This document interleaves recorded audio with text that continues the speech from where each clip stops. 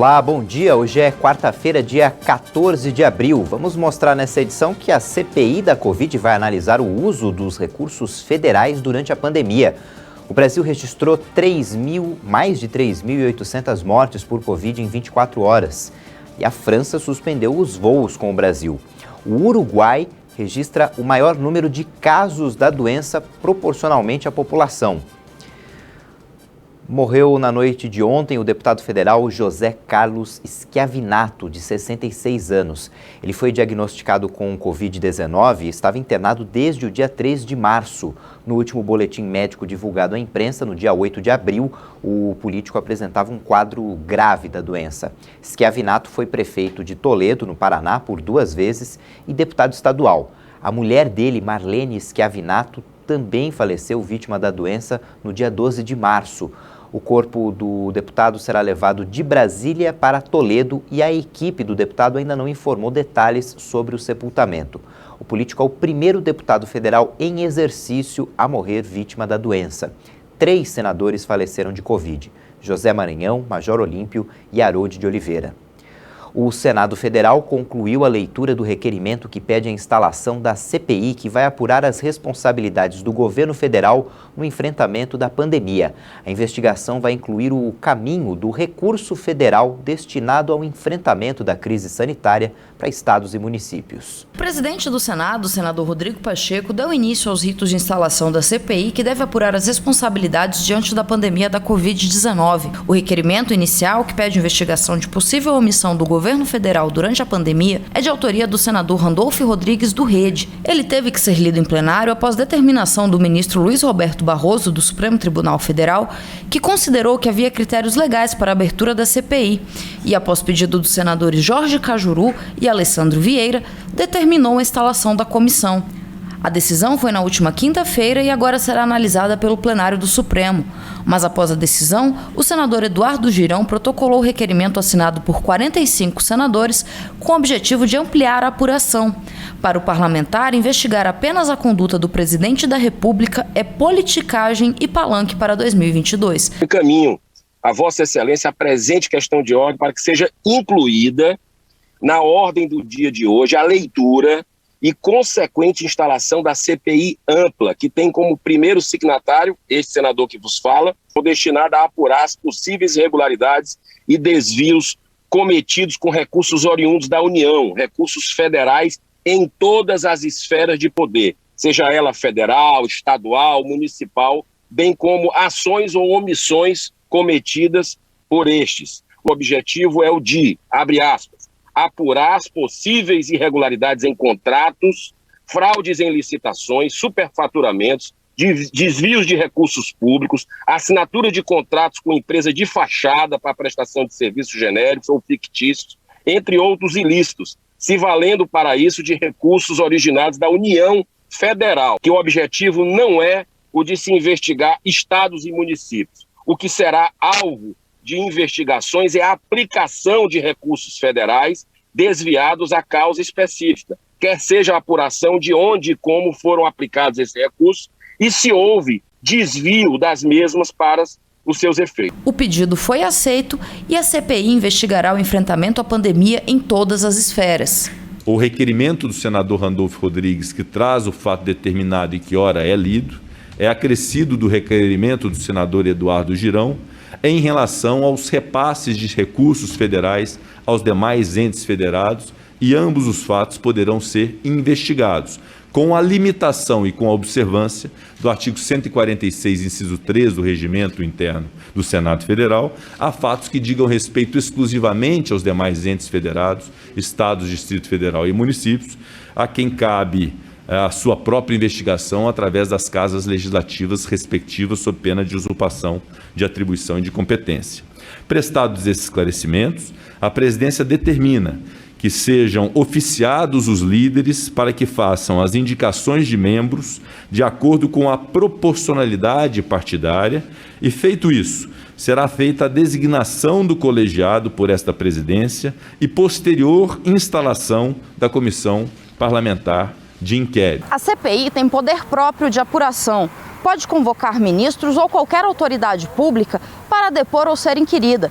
Segundo o regimento interno do Senado, caso a CPI identifique irregularidades, as conclusões serão encaminhadas ao Ministério Público, que irá realizar os procedimentos de penalização civil ou criminal.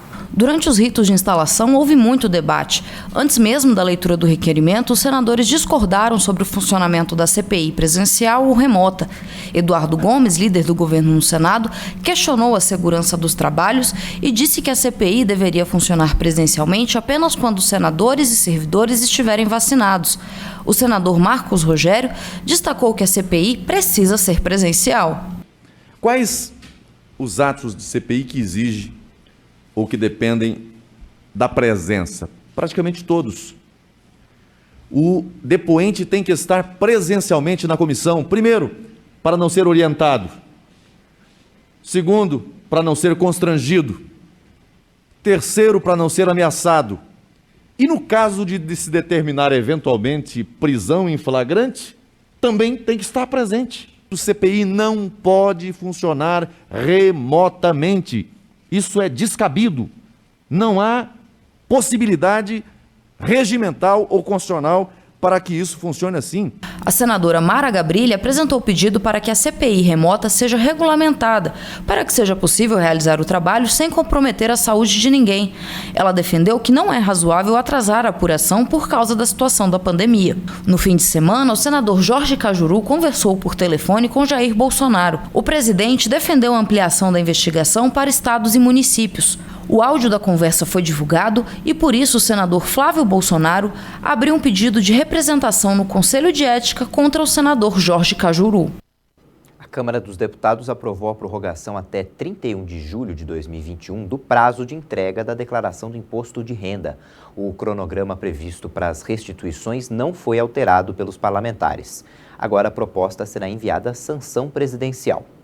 O presidente Jair Bolsonaro voltou a criticar os prefeitos e governadores pelo isolamento da população. Bolsonaro falou a apoiadores em frente ao Palácio da Alvorada, em Brasília. Quando uma das pessoas pediu para que ele ajudasse a resolver o que está acontecendo no Rio de Janeiro, Jair Bolsonaro foi taxativo. Abre aspas. O pessoal fica reclamando. Quem fechou o comércio não fui eu. Quem te obrigou a ficar em casa não fui eu. Eu faço a minha parte. Fecha aspas. O presidente afirmou que a população deve cobrar os representantes locais. Lembrando que no caso específico do Rio de Janeiro, o povo elegeu 70 deputados estaduais e 51 vereadores. Bolsonaro disse que ele não é ditador. Durante a conversa, um dos apoiadores começou a chorar, dizendo que a situação do país vai melhorar. Jair Bolsonaro concordou e explicou que pegou uma casa completamente desarrumada, nas palavras dele, e que as pessoas querem que ele arrume tudo na mesma hora. Ele concluiu dizendo que está arrumando. O primeiro-ministro da França anunciou a suspensão de todos os voos entre Brasil e França por causa das preocupações com a variante brasileira do coronavírus. Jean Castex explicou que foi constatado que a situação está se agravando e os voos estão suspensos até novo aviso.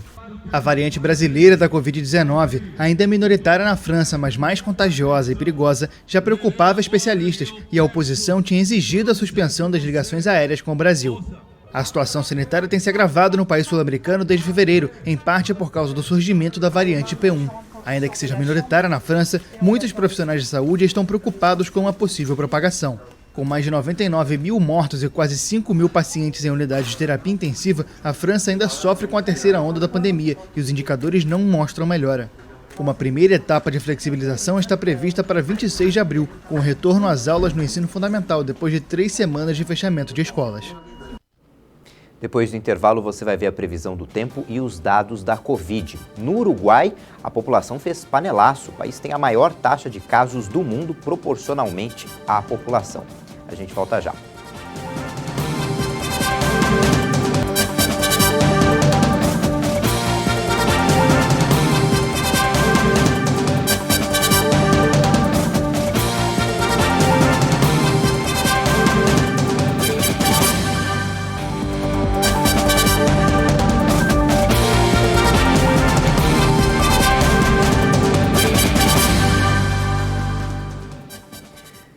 Estamos de volta e tem frente fria chegando na Bahia e chuva em grande parte do país. Vamos ver como é que fica o tempo hoje em todo o Brasil.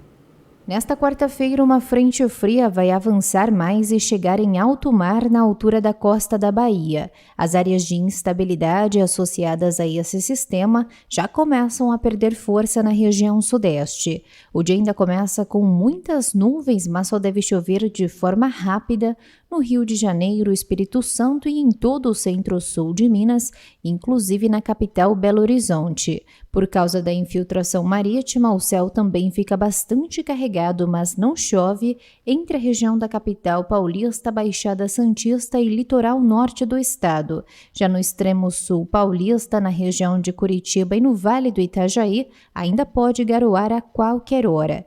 Em grande parte das outras áreas do sul do país, a quarta-feira será um dia marcado por sol e tempo firme, mas pode chover de forma isolada entre a tarde e a noite em todo o oeste da região e até no sul de Mato Grosso do Sul. Já nas capitais Campo Grande, Cuiabá, Goiânia e Brasília, o tempo continua firme e com sensação de calor à tarde.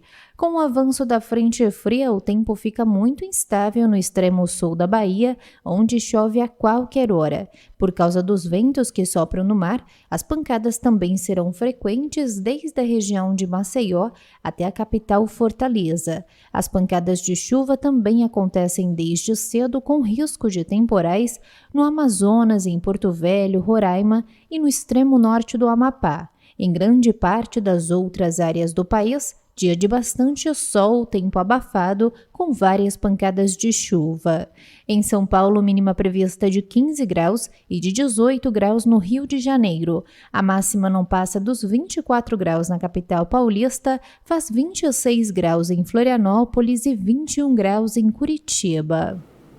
O Uruguai, que já foi considerado um exemplo na luta contra a Covid-19, registra agora a maior quantidade de novos casos diários per capita do mundo, segundo um balanço da agência de notícias France Press. Em Montevidéu, moradores bateram panelas. Panelaço em Montevidéu pede mais medidas para conter o avanço da pandemia. O Uruguai registrou cerca de 1.370 novos casos diários por 100 mil habitantes nos últimos 14 dias, a maior taxa do mundo. Até então, o país era considerado um exemplo regional por sua bem-sucedida gestão da pandemia.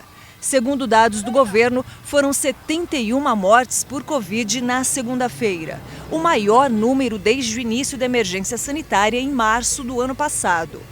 O aumento no contágio põe em risco o atendimento em hospitais públicos e privados em todo o país.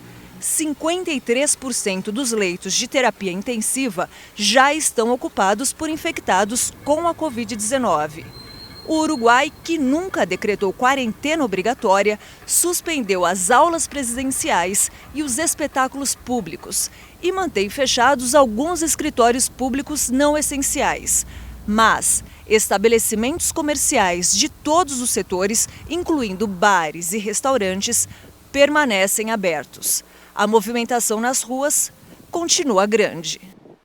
No mundo todo, segundo a Universidade Johns Hopkins, mais de 137 milhões e 515 mil diagnósticos já foram confirmados desde o início da pandemia. 2.961.000 pessoas morreram. O Ministério da Saúde informou que o Brasil registrou mais de 3.800 mortes em um dia. A média móvel permanece acima de 3.000. Em 24 horas, o Brasil registrou mais 3.880 mortes por Covid-19. O total é de 358.425 vítimas. Também foram acrescentados mais 82.186 novos infectados em um dia. Com isso, o país registra 13.599.000 casos. A média móvel de mortes pela Covid em 7 dias segue acima de 3.000. Está em 3.068 mortes por dia. Já a média de novos casos nesse período também está em alta, com 71.345 diagnósticos. Só em abril, as autoridades já confirmaram mais de 851.000 diagnósticos. No mapa da variação da doença por estados, podemos verificar que o aumento nos casos fatais pelo coronavírus aparece em 10 deles. Acre, Amapá, Maranhão, Minas Gerais, Paraná, Pernambuco, Piauí, Rio de Janeiro, Roraima e Sergipe. Dessa vez, 13 unidades da federação registraram estabilidade: Alagoas, Amazonas, Bahia, Ceará, Distrito Federal, Espírito Santo, Goiás, Mato Grosso do Sul, Pará, Rio Grande do Norte, São Paulo e Tocantins. Já em queda, aparecem 4 estados: Paraíba, Rio Grande do Sul, Rondônia e Santa Catarina. O Brasil já aplicou mais de 32.217.000 doses de vacinas contra a Covid-19. Segundo o Ministério da Saúde e as secretarias estaduais de saúde, mais de 24.473.000 pessoas foram imunizadas com a primeira dose. Isso equivale a 11,56% da população. E 7.744.000 receberam a segunda dose da vacina. Aliás, o ministro da Saúde, Marcelo Queiroga, afirmou ontem que 1,5 milhão de brasileiros estão com a segunda dose da vacina contra a Covid atrasada. A orientação do Ministério é de que todos que estejam com a segunda dose atrasada se dirijam a um posto de vacinação para completar a imunização, já que tomando apenas uma dose, a pessoa não garante imunidade contra a Covid. A Agência de Medicamentos, FDA, e o Centro de Controle de Prevenção de Doenças dos Estados Unidos recomendaram uma pausa na aplicação da vacina da Johnson & Johnson após 6 casos de coágulos. Quase 7 milhões de doses da vacina já foram aplicadas no país. As agências americanas FDA e o CDC recomendaram que a aplicação da vacina da Johnson contra a Covid-19 seja pausada no país. 6 pacientes apresentaram coágulos sanguíneos depois que receberam o imunizante. Em uma publicação numa rede social, a FDA afirmou que a recomendação era feita por excesso de cuidado. As agências estão revisando informações para analisar os casos de coágulos e avaliar a importância deles. E até que esse procedimento seja concluído, a recomendação é desta pausa na imunização. Ao todo, 6.800.000 doses da vacina já foram aplicadas nos Estados Unidos. Além dela, o país também aplica as vacinas da Pfizer e da Moderna. No Brasil, a vacina da Johnson foi aprovada pela Anvisa para uso emergencial no dia 31 de março. A vacina também já foi aprovada para uso emergencial pela Organização Mundial de Saúde. O Ministério da Saúde adquiriu 38 milhões de doses, com entregas previstas para o segundo semestre. A vacina é a única que, quando disponível no país, deve ser aplicada em apenas uma dose. A Agência de Medicamentos da União Europeia afirmou que a ligação entre a vacina e os casos não está clara. A própria Johnson & Johnson suspendeu a distribuição da vacina contra a Covid-19 na Europa. O Brasil tem previsão de safra recorde esse ano. A Companhia Nacional de Abastecimento estima a produção de 270 milhões de toneladas. Com a soja no ponto ideal, as colheitadeiras trabalham dia e noite. O Brasil é o maior produtor mundial de soja. O volume deve alcançar novo recorde, estimado em 135,5 milhões de toneladas, 8,6% a mais do que na safra passada. Bom, a gente está muito satisfeito e felizes com o resultado da colheita desse ano. Em função de um clima muito bom, tivemos uma ótima produtividade. E os preços também estão nos níveis muito altos, jamais comparados a outros anos. O milho também sinaliza produção recorde, com a previsão de atingir 109 milhões de toneladas e crescimento de 6,2% sobre a produção passada. A safra deve marcar um novo recorde. Grande parte do que é colhido no Brasil tem destino certo, a China. A recuperação da pandemia colocou de volta o gigante asiático na posição de um grande comprador no mercado de commodities.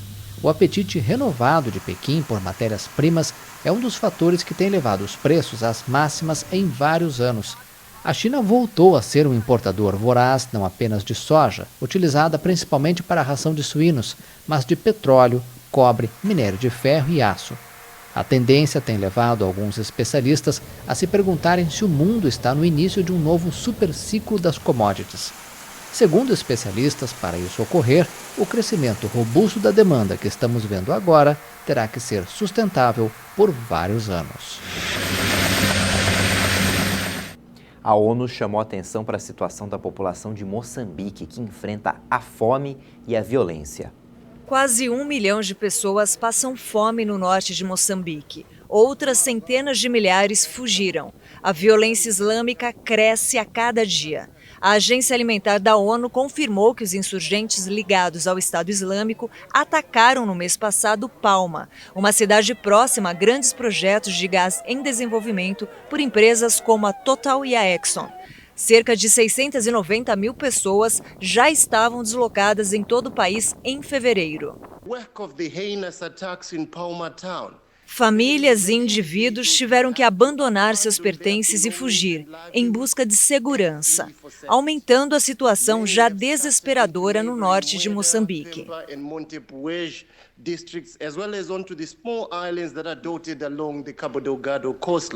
Muitos fugiram para um vilarejo próximo chamado Quitunda, construído por uma gigante francesa de energia para abrigar os deslocados por seu projeto de gás de 20 bilhões de dólares. Vamos falar de esporte. Na Liga dos Campeões da Europa, o Paris Saint-Germain eliminou o atual campeão Bayern de Munique numa reedição da final do ano passado. As duas equipes se enfrentaram ontem na França no jogo de volta das quartas de final. Neymar acertou a trave 3 vezes. O Bayern venceu o jogo por 1-0, só que o PSG avançou para a semifinal porque tinha vencido o jogo de ida por 3-2 e marcou mais gols fora de casa. No outro jogo de ontem na Liga dos Campeões, o Porto de Portugal venceu o Chelsea da Inglaterra por 1-0, mas isso não foi suficiente para reverter a desvantagem do jogo de ida. A partida foi em Sevilha, na Espanha, por causa das restrições da pandemia. O time português fez o único gol do jogo, nos acréscimos com o Taremi, mas o Chelsea da Inglaterra tinha vencido o primeiro jogo por 2-0 e agora está nas semifinais. A edição fica por aqui, você confere outras informações a partir das 10 da manhã no horário de Brasília e no YouTube você pode rever essa edição e as reportagens dessa edição. Tchau, bom dia!